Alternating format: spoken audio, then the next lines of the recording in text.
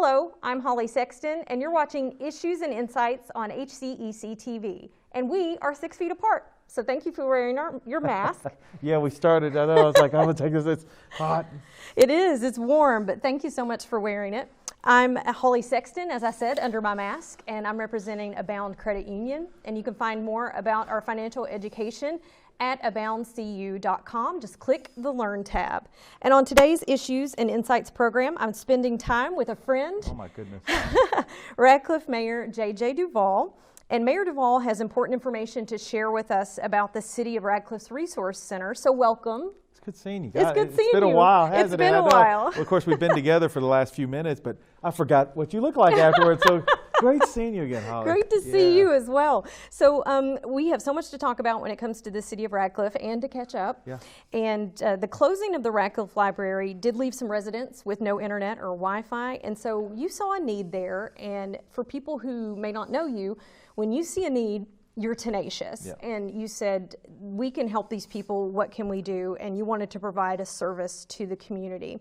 So what was your vision for the Resource Center? Well, you know, of course, the Hardin County Library, the decisions they've made are separate than that of the local official government. That's a different branch. In fact, it's an appointed board by the Hardin County government. And so, you know, they had some decisions to make, and which one of those was to have to downsize that facility. And so, to clarify, that was a separate decision than the City of Radcliffe. Yeah, two different entities. You know, and there was some, maybe some talk about the city could have done more and so on and so forth. But we really didn't have any say over that, and we did the best we could. And a lot of local people stepped up and tried to help save the library. In fact, there was a campaign that went out to Save the Library campaign, and ultimately it didn't help the situation in a sense to get what we need. And that need really, in talking with the library president and getting the understanding what the heavy use was in that library, and it was computers. It was people, especially during a pandemic time, where they needed internet service, or they needed to check a job application, they need to apply for a job, they need to check email. There were several things that our community would be lacking by not having that center located there. So about 3 years ago, the Hardin County clerk's office, which had a facility there in Radcliffe located between City Hall and the police department off Freedom's Way, left, unfortunately. They downsized and consolidated all in the county government center. And so we've had that building sitting there, and ultimately working with some of the local groups that were pushing to see the library come back or have some form, it kind of got me thinking about, hey, maybe we can create something in our center or in that building as a resource center that we could offer those same services that were being used at the Hardin County branch of the library. And so I got with our IT person, and the focus was little or no impact as possible to the taxpayers of the community. Sure. And it's just in a time right now where the uncertainties of people being laid off, what our tax base looks like, we needed to make sure that it wasn't going to be in an astronomical amount. So getting with my IT guy, we were able to salvage some computers that we had that were able to have Windows 10 and above. And then we really put out some stuff to the community. And we've had several people, and I don't want to leave anybody out because we had several that donated. But Archie Mack and his wife there in our community donated, I think 50,000 sheets of paper, maybe something. Oh my! It was a lot. And he donated a scanner and a copier, fax machine. The Hardin County branch, the Northern Hardin County branch of the Democrat Women's Club, donated a computer in the memory of Portia Petty's. And so, with all that, and then the old tables being there, the old countertops that the clerk's office used, we were able to really do all that for probably less than $5,000. Incredible. Yeah, and so we had some paint, we had to update some lighting, we had to fix some flooring, but we were able to utilize those old 4 computers plus the 5th computer with the Hardin County Democrat Women's Club. And then working with Brandenburg Telecom, they donated the service, the internet service, at least for 1 year. They donated the Wi-Fi service, the signal and everything out to the parking lot. And and then even the Xerox even donated a copier, the full-fledged office-style copier for a year. So there was a lot of people that stepped up, and I hope I don't miss anybody, but that really were able to bring this together and really make this a place. It took a little bit, of course. During that time, my father passed away, and so I'm sorry about that. Thank you, but I was gone. So they were kind of waiting on me to come in and give the okay or change this and that. I was about 2 weeks behind. We were trying to open sometime mid-November, and then ended up opening the first week of December. And ultimately, we've had a really good response out of it. Very positive response. Both of our friends, Gina Clear, did a story there at the News Enterprise, kind of a follow-up after Ben's initial one. And the time that she was in there was an E7 in there from Fort Knox, who had moved here, didn't have a computer yet at home and everything. And according to the article, he was there getting the information that he needed to do his presentation at Fort Knox. So fantastic. It's kind of one of those things where the things that we think that we need, there's somebody out there that may not have those right now. Could be somebody with no internet, no computer, or it could be somebody such as the sergeant there that wasn't able to have the information needed and was able to come to the Radcliff Resource Center. I believe he was a Vine Grove resident. So, oh, wow. Yeah, we'll have to send Pam a bill for that. Yeah. Which is I'm glad that you shared his story, because you mentioned some things there. You mentioned NTI being able to print, say someone is job seeking, they may need to print out resumes, that type of thing. You said something I thought was very interesting. You said parking lot internet. Why is parking lot internet necessary? So the center itself is open from 9 to 4:30 every day as long as City Hall's open. So, federal holiday stuff like that we're closed, the center's going to be closed. Well, there was one day I pulled in, it was late night, it was about 6:30, and I needed to go to my office to do some work. And I looked over, and I seen the side of a bicycle and a gentleman sitting on the ground. And I was in my work clothes, for my after work, and I didn't want to scare him, and I walked over, of course, had a mask on. I said, "Hey, I'm sorry to bother you, but I'm the mayor." And he goes, "Oh, how are you?" And long story short, he doesn't have internet at home. So he was actually sitting outside the building on the ground with a laptop, doing whatever work he was doing or looking at whatever he was looking at, but it was serving the purpose needed. So if you were to pull in at 9 o'clock at night, that service is still there, and you can actually sit in your car, whether it's on your phone or whether it's on a laptop or a mobile device, and still be able to utilize that service there. And I think that's happening more than people realize, because parents who have to go to work may have children who are doing a hybrid school schedule or something to that effect, and they need to help their children on their Chromebook.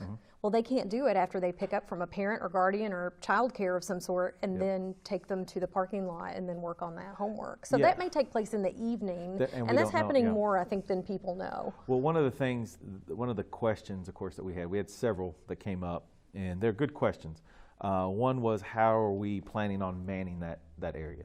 I was going to ask, because you're open during regular fiscal hours. And so, that was the initial question. So the idea that I came up with, like I said, I wanted to do it very low cost, because, like I said, we're maintaining and trying to cut and do what we need to do operation wise. So we put up cameras. So there's multiple cameras located in the facility. And I could actually show you, but I have my personal phone with me. I left my city one out in the car. But at any time, somebody at City Hall has a iPad that monitors the entire facility.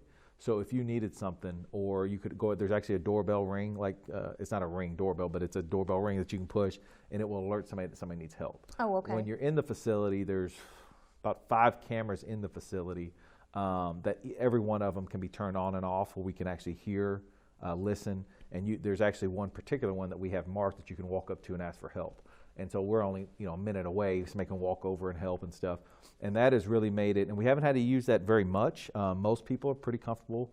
I think we had to load paper one time, something like that. Yeah. And, paper jam. I mean, yes, it never. Yeah, something always, never fails. But that allowed us to do this without having a full-time person manning the facility, where you may have 5 or 6 people in the morning and then nobody in the afternoon, or you may have vice versa, where no one's just sitting there kind of in the, where they're being paid. So this has worked out very well. We've actually had some volunteers as well want to come in after this all kind of calms down. And we've met with some of the local civic groups that want to come in and put some things in the facility to make it more warm and more welcoming, even some books, magazines. So I think as we progress and we look at how the facility was initially set up and stuff, hopefully as the pandemic slows down, we'll start to see a little bit more activity there. And there's no whole nother wing onto it that we're working on to see if we can incorporate some business ideas and stuff like that for our community. So that's interesting. It's just a start, but it's an uncharted territory for us, and so I think it's been a very positive opportunity for the community. And seeing how we're being able to operate through some of this stuff, because we've never done it. Yeah, for sure. Yeah. But you came to action quickly, and I know you didn't intentionally leave anyone out, because Radcliff is such a giving community. Mm-hmm. They really do gather and make things happen. So if you're watching, don't judge JJ. He may. Yeah, I may let you. I'm sorry. I try to get everybody.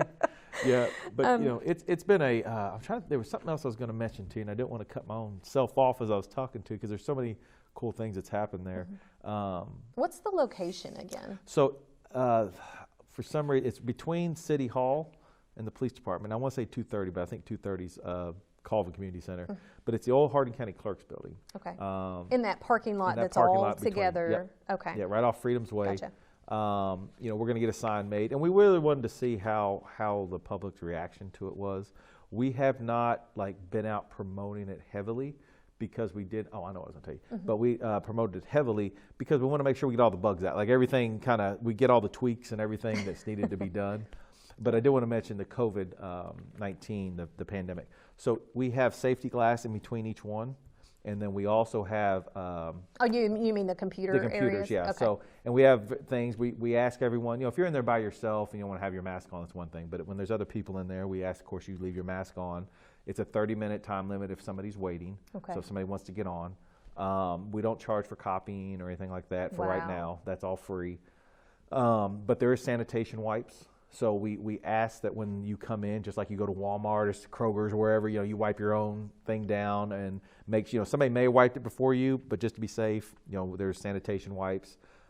Which is good practice, by the way. Can we talk about this for just a second? Yeah. Like when you go to the gym and you work out and you are counting on somebody else to have cleaned their puddle of sweat up. But you're not real sure. So you always wipe, you always go spray it and wipe it down real quick. Exactly. Yeah. So good idea to clean your area. Yeah, so we asked everybody does that. And so far, like I said, we haven't had any complaints. Everything's been fairly smooth and working and through some problems. The other thing I was going to tell you was, we don't think about it to a certain extent. I think it's one of those things, having a phone or having our internet access or having it at home, having a laptop or being able to go to work, and being able to check things. I'm sure probably over your course right now, just like some of our employees have been working from home. Yeah, Abound has been incredible. I'm staying at home with my son, and we've been very fortunate. Yeah. And of course, like you, we've had to switch up how we do things and meet the needs of what's happening now and change our goals, but we've still been able to do meaningful work every day. So you're right, it's absolutely changed the culture, but I know that there's a lot of viewers who may not have that luxury. And so, we have to think from our point of view, how are we helping facilitate some of those other needs? And there's a lot of needs, don't get me wrong, this is just one of several. But there was one that stuck out, and that's what I was going to mention to you a minute ago, I couldn't remember, was there was an individual that came in and needed to print a driver's license manual because evidently they couldn't get a driver's license manual for their test, I guess, to study. Oh. So it was 75 pages. Oh, my. And they wanted to know if they could print it all. And, of course, we said, absolutely, go ahead.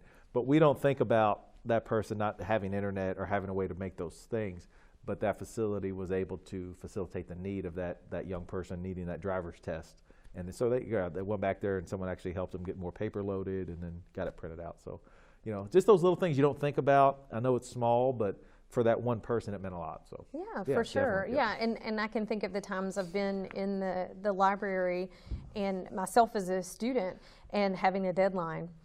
And this is so old, but I had a floppy disk at one point, you know, and now you can bring things in on a thumb drive.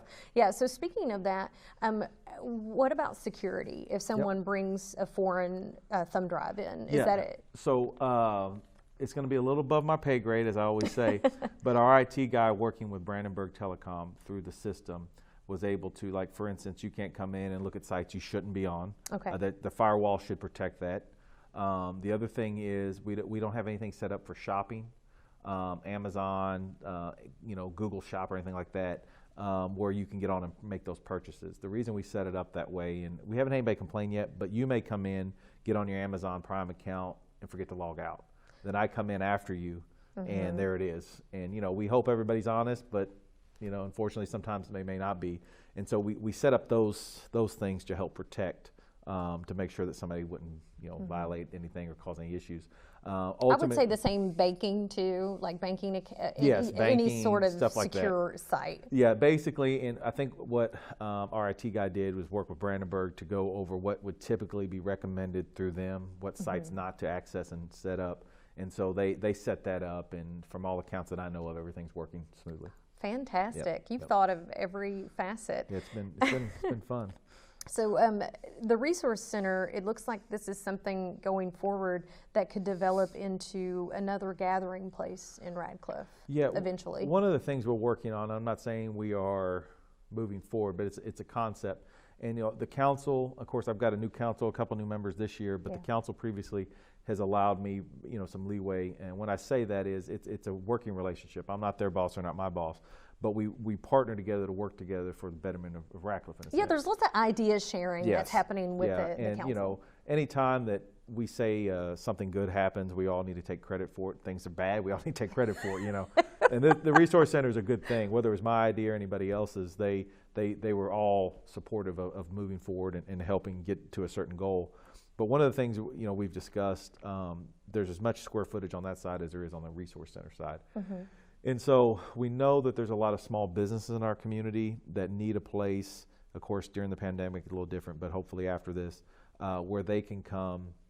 They're an upstart. They really can't afford to have a $500 a month rent payment, but they still need to be professional and set up a professional meeting where they can come meet somebody and be in a safe environment, but have a professional area to meet in.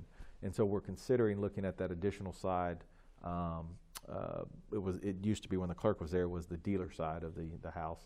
And maybe revamping that a little bit to give a meeting space or a small quiet office space where you and I need to meet, and I can't have you come to my house and meet, so we need to meet somewhere, and give an opportunity for some of our local small business owners to have a kind of a conference room set up where they can do some meetings and stuff like that. So we're seeing how that's going to go. It's not something that's going to happen right now, but I think for future we're trying to offer that.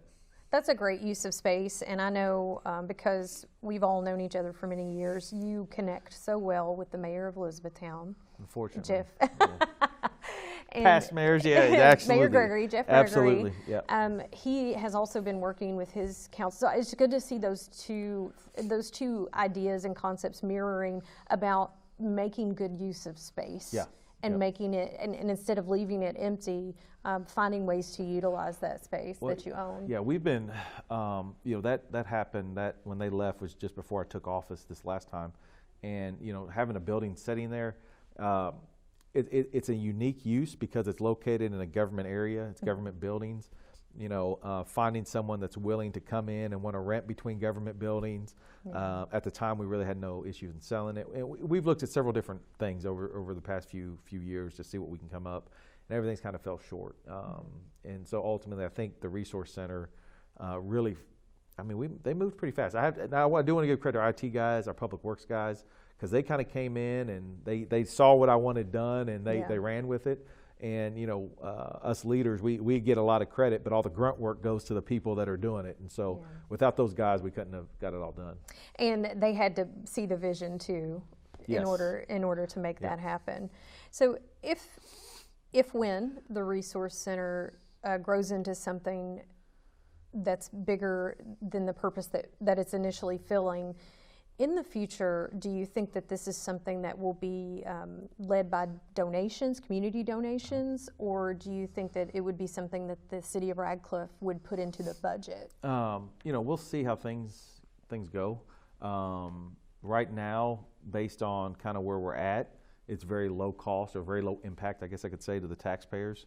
But I think it's just like anything else we do, whether it's our park system, whether it's Saunders Springs, something like that. Which, by the way, went there the other day. Did you go there the other day? Yeah, we're working. Great job. Yeah, they're doing a great job. We walked around, we hiked around. I felt safe. It was clean.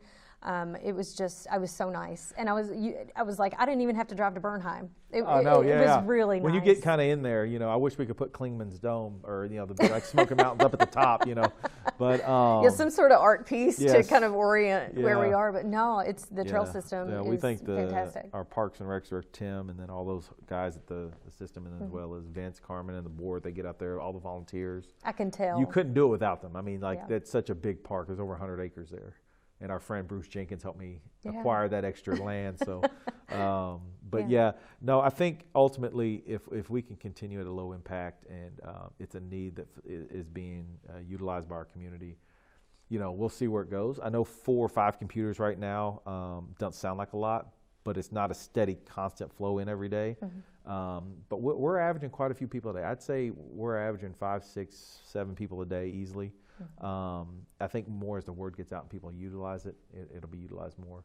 We're not, I don't have a counter as people come in and out the door, but on my phone it'll ding every time somebody's in there, and I'm like, okay, somebody's there, and go on. So. And you know who the regulars will be, and And we have one regular already. She comes in every day. Yeah. Every morning. I know about the same time I see it ding, I know it's her. So, but it's an older lady, and she comes in, she'll sit there and. I think she gets on there, maybe plays a little solitaire. Looks like she checks something. I don't really zoom in to see what she's looking at, but there's no one waiting on it, so that's what it's there for. And that may be a time for her, and that's another component. Let's talk about mental, emotional health.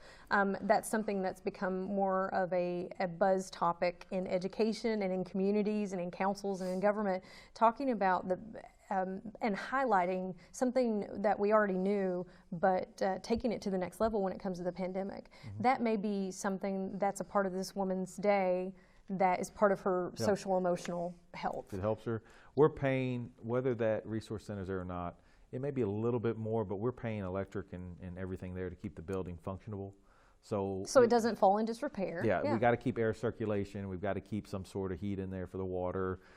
So we have to pay utilities on the building anyways. Underneath of it, the police department uses it underneath the buildings or basement underneath of it. They utilize that. So we have utility costs that are associated with the building. So it's very low impact.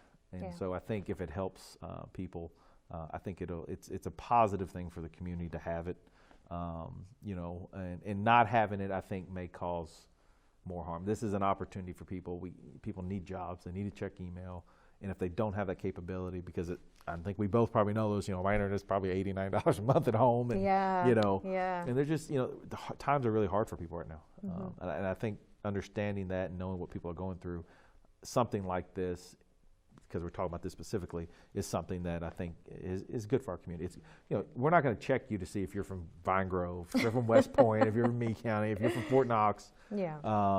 But I think it's a good opportunity for people to utilize it. Agreed. And I think that also means that your city's being a good neighbor to someone who, as you mentioned, the person who works on Knox that need to make the presentation from Vine Grove, or someone who works on Knox. I think it's being a good neighbor to Fort Knox. It makes sense. Yeah, and one of the things we did, and this is just a sidebar note, we just had an update at our council meeting, and just in our Parks and Recs department, because of the reduction, we didn't, I haven't filled positions, we've held back. We've saved about almost $90,000 so far in the 6-month budget cycle by not filling some positions, not doing something because of the downsizing, the less use of the facilities, we're not renting Colvin every weekend, all that kind of stuff. And I believe you did not have your regular pool maintenance and chlorine and whatever you clean what you clean the pool with, all of that. So everything, so there's quite a bit of savings there. So if some of that money can be, rerouted to do something like this, I think that's right. It's good. No taxes were increased, nothing like that. So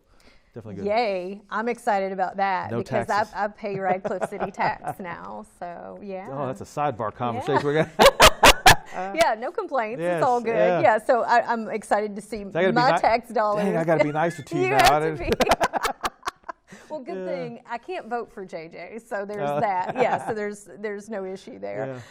But for the Resource Center, let's give the location and the hours one more time, and talk about how people can find out more about the City of Radcliff in general. Just goings on online. Yeah, so we are the Radcliff Resource Center is located in the old Hardin County Clerk's Building.